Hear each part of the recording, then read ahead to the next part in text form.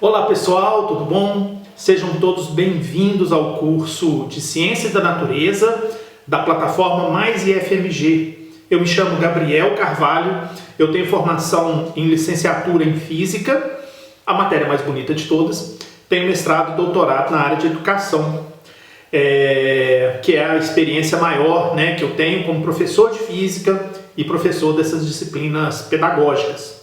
Eu vou ser seu professor nesse curso e a gente vai fazer agora a aula de número 1, onde a gente vai falar um pouquinho mais a respeito de energia e trabalho. Então vamos lá? Esse termo energia, ele é um termo que a gente usa no dia a dia com até bastante frequência, né? Ah, tô sem energia, nossa, essa pessoa tem uma energia tão boa. Termos como energia positiva, energia negativa, são muito comuns, da gente utilizar no dia a dia. Acontece que na área da ciência, na ciência da natureza, na física, na biologia, na química, o termo energia ele tem um significado próprio, tá? E a gente vai ter que saber fazer, então, essa distinção entre o que é o significado cotidiano, de energia, que a gente vai usar aí e continua usando, no dia a dia, e o que a gente fala de energia dentro da ciência da natureza. Beleza? Então é isso que a gente vai tentar discutir um pouquinho nesse início. Para falar a verdade, a ciência ela não tem uma definição formal de energia. É até possível que você já tenha lido num livro, ou enfim, num texto. Energia é a capacidade de realizar trabalho. Essa definição ela é um pouco complicada, porque você poderia perguntar, beleza, entendi, o que é trabalho? A pessoa vai te responder, trabalho é a transformação de energia. Então fica circular. O que a gente faz na ciência é descrever propriedades dessa energia. E aí a gente fala assim, olha, um corpo qualquer que possua energia, ou ele está em movimento, ou ele tem a capacidade de entrar em movimento. Isso vai ser muito importante e importante frisar bem isso para as próximas aulas da gente. Tá joia? Então, quando a gente fala em energia, vamos sempre tentar ter isso em mente, como sendo uma propriedade que os objetos podem ter, e quando eles têm essa propriedade, eu posso estar em movimento ou eu tenho a capacidade de entrar em movimento. Então, pela energia dos alimentos que eu já ingeri, a maçã, a tentação do biscoito de chocolate. Então, pela energia dos alimentos que eu já ingeri, eu tenho a capacidade de entrar em movimento, de gerar movimento, ao falar, eu movimento as moléculas do ar. Eu posso me levantar, posso sentar, posso correr. Tem uma série de coisas que eu posso fazer pelo fato de eu ter energia. Tranquilo? Então, vamos sempre ter isso em mente, porque vai nos ajudar muito na discussão de todas as aulas aí que vem para frente. A aula 1, que é essa, a aula 2, a 3 e a 4. Tranquilo? Já que nós estamos falando de uma grandeza física, que é a energia, nós temos que falar também de qual é a unidade. São várias unidades que você vai encontrar no seu cotidiano. Então, por exemplo, quando você recebe uma conta da CEMIG, uma conta da concessionária de energia elétrica, que em Minas é a CEMIG, vem escrito lá o tanto de energia elétrica que você utilizou durante o mês. A unidade lá é o quilowatt-hora. Quando você pega, por exemplo, um alimento qualquer, vem escrito nesse alimento qual que na embalagem dele, qual que é o valor calórico. Nesse caso desse biscoito, uma porção, que são 4 biscoitinhos, tem 170 quilocalorias.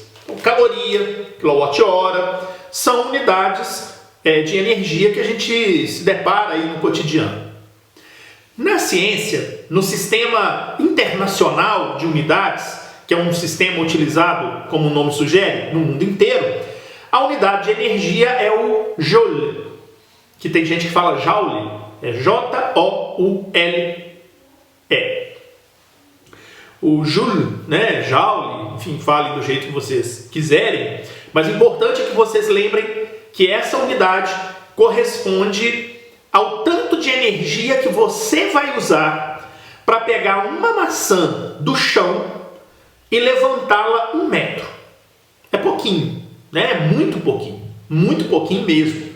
Para vocês terem uma ideia, 1 kWh que a gente usa aí, uma casa às vezes tem consumo de 80, 100, 300, 500 kWh no mês. Então, 1 kWh só, ele equivale a 3.600.000 joules.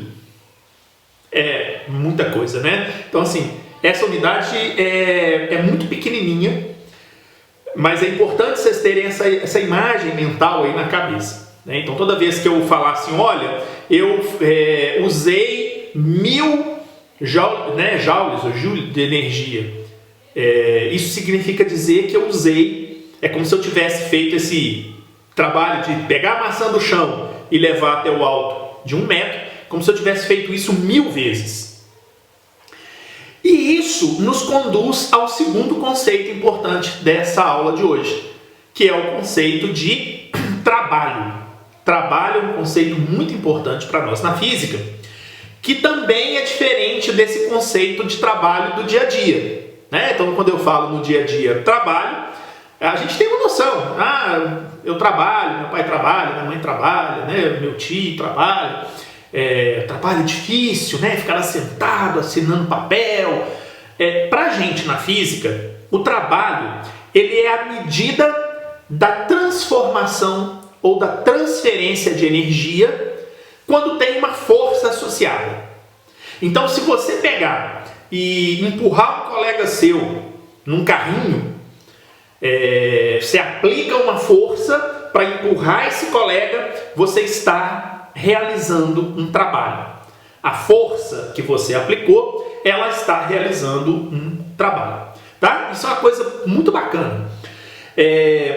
Se eu aplicar uma força em um determinado objeto e esse objeto não sair do lugar, é porque eu não consegui transferir energia para ele e, portanto, não tem trabalho.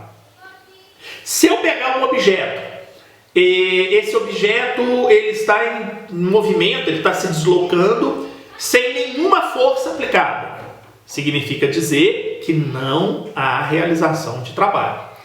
Então, as condições de existência do trabalho, você não precisa de saber fórmula, nós não vamos fazer conta com isso assim, mas quando eu falo houve realização de trabalho, você pode daí tirar algumas conclusões. Primeira conclusão, houve aplicação de força. Segunda conclusão, houve um deslocamento efetuado pelo objeto.